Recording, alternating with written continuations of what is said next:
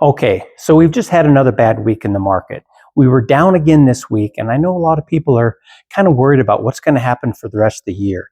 Should you maybe buy now because you think we're near bottom, or should you sell and get out and wait for the dust to settle? So these are the kinds of questions that everybody's asking themselves right now. And so in this video, I want to go over some information that is really going to help you navigate this year, regardless of what happens going forward.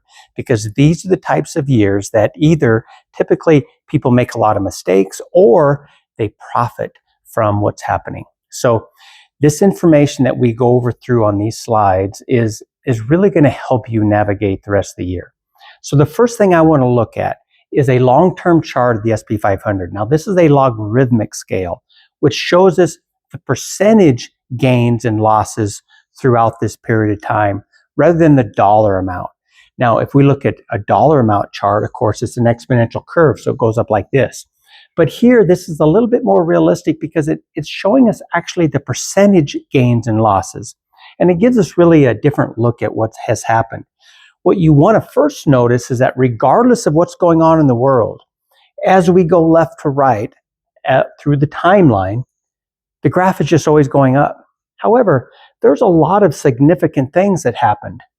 Okay, in 2022, doesn't really look like much, but we were down 18%. Here's the financial crisis. Holy cow, the market was down a lot then. From the top to where it finished at the bottom, it dropped over 50%. We have the dot-com bubble, and then of course 9/11 happened in there.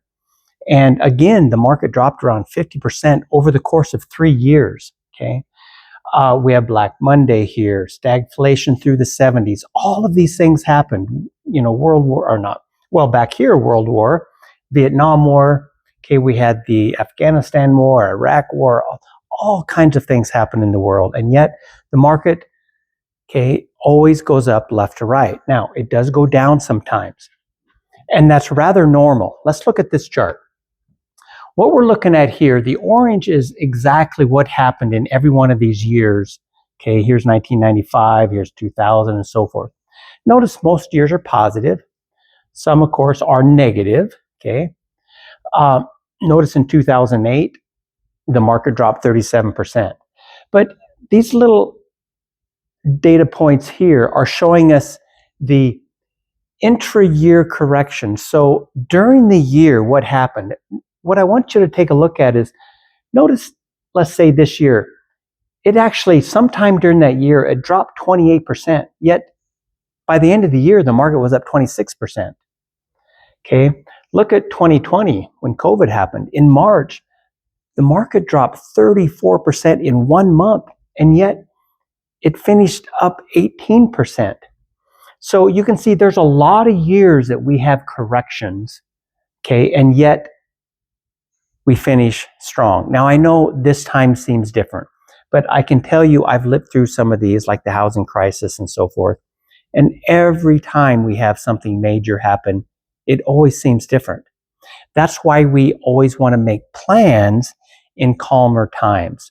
We want to make a plan so when things like this happen, we try and stick to our plan. Now, the problem is that for many younger investors especially, you know, maybe that's somebody that just started investing in the last 10 or 12 years, you've never really experienced a bad moment in the market yet, like we had in the early 2000s, where we had 3 years down in a row, or the housing crisis. Okay, I know 2022 we were down 18%, but we bounced right back. The next year we were up 26%, and the following year in 2024 we were up 25%. So you've never really experienced a bad moment. Now, everybody thinks that you will be able to handle volatility when it happens. But here's where we might even quote Mike Tyson. Everybody has a plan until they get punched in the face. So you might think how you know you'll react in a bad market. But when a bad market really rolls around and the news is selling fear and panic, it's really difficult to stay calm and stick to your plan sometimes. And that's what this video is all about. Okay, so we want to remember again, corrections and market losses are really common. For example, if we go all the way back to 1928, notice we're going through the Great Depression here. Okay, in 95% of years, we see a 5% or worse correction happen sometime during that year. A lot of those years, of course, end up positive. 63% of years, we see a 10% or worse correction. 26% of the years, we see a 20% correction. 10% of years, we see a 30% or worse correction. And 5%, we see a 40% or worse correction. And yet, over long periods of time, the S&P 500 always bounces back. The market always comes back. Now, notice I'm talking about index funds, not individual stocks. And most investors would be better off using index funds or other low-cost ETFs rather than trying to be a stock picker. Now, so we want to remember that corrections are common. And so far this year, I know it has seemed like there's been a lot of things happening in the world, but we're only down 10% as I record this. We're only down 10% from January 1st. Last year was up 25%. And the year before that was up 26%. A 10% correction is pretty common. Okay, in fact, after 2 really strong years, it should be expected. And nobody can predict what the rest of this year will entail. Okay, but we don't want to make decisions based on emotions. And I'm going to finish this video with something that's going to make you feel a lot better. Now, the next slide we'll look at is 20-year stock market returns, rated from best to worst. You can see from 1980 to 1999, okay, over that 20-year period, the stock market averaged almost 18% over 20 years. Okay, look at the last 20-year period from 2005 to 2024. It averaged 10.27% rate of return. That's great. Now, it doesn't always do that, but on average, okay, that's why people figure, on an average about 10% rate of return. Some 20-year periods are much better. But notice here, let's look at some of the very worst ones. The very worst ones, okay, if we started in 1999 out to 2018, it only averaged 5.55% rate of return. That was really one of the worst 20-year periods. In fact, over this period of time, it was the worst 20-year period. And that's because in 2000, okay, in 2001, 2002, we started that decade with 3 really bad years in a row. Then we had just a few positive years, and then the housing crisis hit us.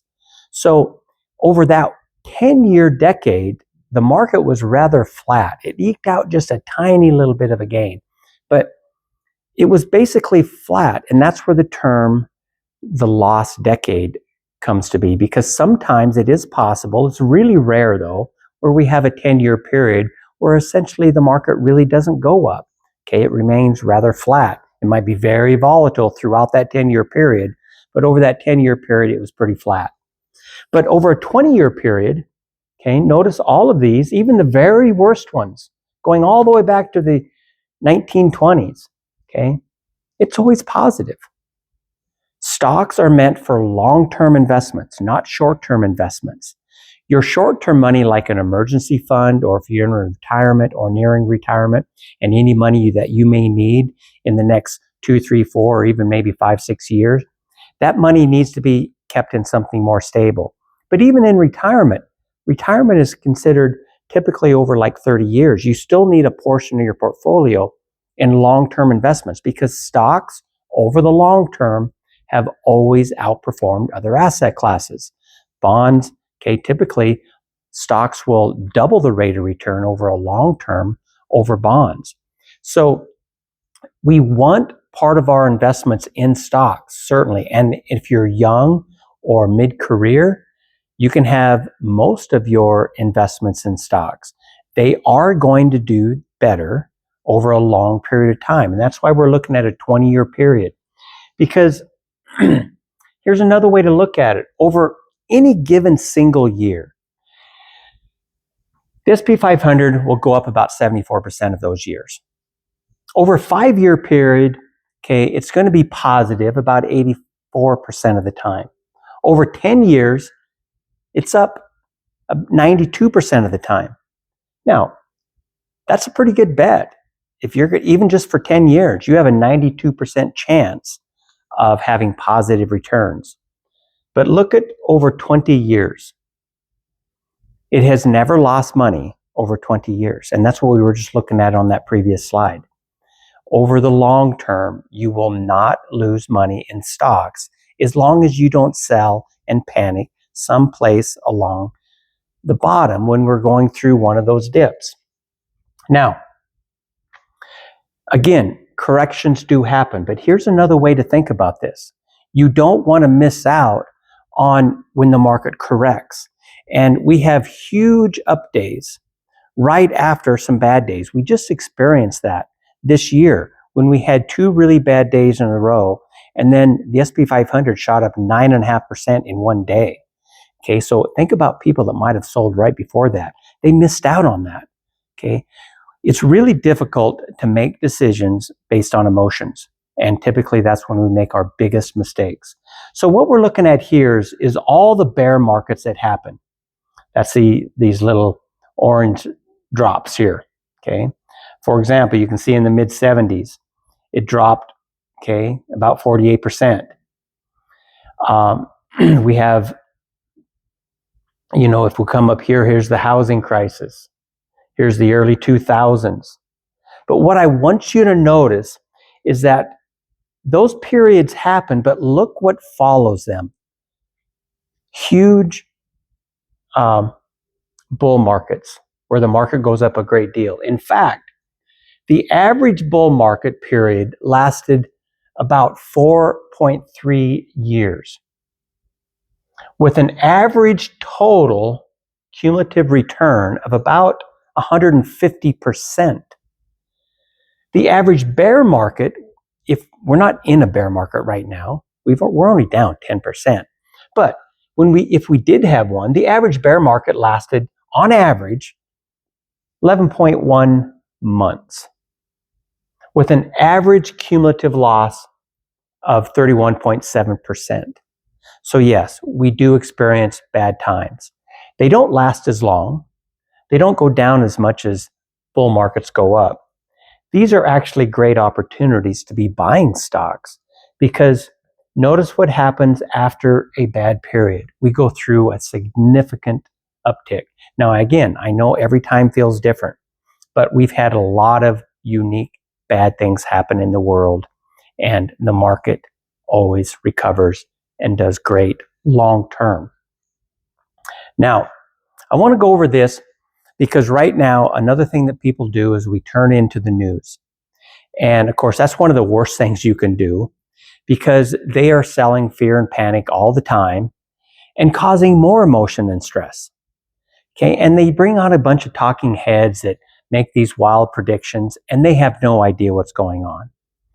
And to give you an example of that, here's a consensus estimate for what all the professionals in the biggest, like investment banks and hedge funds and all this kind of stuff, usually what they do is they survey like 20 or 30 of those most respected professionals at the end of every year and ask them what their prediction is for the S&P 500 for the upcoming year. So what we're looking at here in green is the median strategist estimate, what they predicted the S&P 500 would do in the next year. The orange is what it actually did do. Okay, so they're really bad at any kind of prediction. So in 2024, okay, the median, they figured it'd go up about 2.2%. Maybe that's because in 2023 it was up 26%. But notice what it actually did do. It went up huge. Okay, in 2023 they predicted 6.8%. It went up 24%. In 2022 they predicted a modest gain of 1.2%. Yet it dropped about 19%. Actually, the S&P 500 dropped about 18%. So this is using their estimate, I guess. But notice their predictions are really bad. And in fact, there's been a couple different huge studies that looked at over 6,600 analyst predictions over like an 8 and 10 year period. And roughly, both of them found either one found about 47% were correct and one found about 48% were correct. Basically, they're not even as good as flipping a coin. Okay, so they bring on all these specialists and they're making these predictions and things like that. Well, somebody like Warren Buffett, okay, probably considered the best investor of our generation. You know, he even says he can't predict what the market will do even over the course of 1 or 2 years, but you can predict what the market will do over a long period of time. Okay, so we don't want to listen to a bunch of talking heads on TV, and typically, again, you know, the news organizations try and sell fear and panic because that keeps you tuned in. Okay, so let's finish with this. Now, remember that you don't lose money if the market goes down if you don't sell. Now, I realize your investments go down on paper, but you don't realize that loss unless you sell. And we just looked at all of those bad periods over any 20-year period. It's always been positive, at least in the past. And if you ride that out, you're not going to lose any money as long as you have a long time frame. And again, any money that you're going to need in the next 3 or 5 years shouldn't really be in stocks. This might be a good time to assess your risk tolerance levels if a period like this is making you lose sleep at night. Okay? We have money invested in stocks for the long term, not the short term. Okay. Now, what I want to look at is, we just looked at over a long period of time, the market always comes back. Over a 20-year period, we've never seen a negative 20-year period. You've always made money. Now, even if you would have invested right before the Great Depression, but if you would keep investing, you're actually going to benefit too, because you get to buy things when they're on sale for a while. Look at this. I'm just going to go out through 8 buying periods. But in this first example, what I'm looking at, we're investing $600 a month. In this example, we're buying an ETF for about $30 a share. So the first time we buy it, we get to buy 20 shares because 20 times 30 is 600. Then it goes up. So we're probably pretty happy because now it's worth $40 a share. But at $40 a share, you only get to buy 15 shares for $600. Maybe it stays there a couple months, then it goes up again. So now you're really happy probably because it's $50 a share, but you only get to buy 12 shares now. Stays there a couple times, and now it goes all the way up to $60. But if they're costing $60, you only get to buy 10 shares. Now, if you add up all these shares that we purchased here, there's 104 shares. And now they're worth $60 a piece, so you have $6,240. And this is the kind of chart that everybody's really happy with. No emotion, you're always excited. Every time you buy, it just seems to go up in value. You're thinking you're killing it. Now, let's look at this one. This one doesn't look very good. This looks like like we're buying through a bad year. Well, we're going to start exactly the same place, $30. So we get to buy 20 shares. And then it drops to $20. And then you're probably not very happy. But if they're only $20 a share, you get to buy 30 shares. And then it drops again to $15 a share. But at $15 a share, you get to buy 40 shares. Let's say it stays there a bit, and then, oh my gosh, it drops all the way down to $10 a share. But you get to buy 60 shares then. Stays there a little bit, comes back up.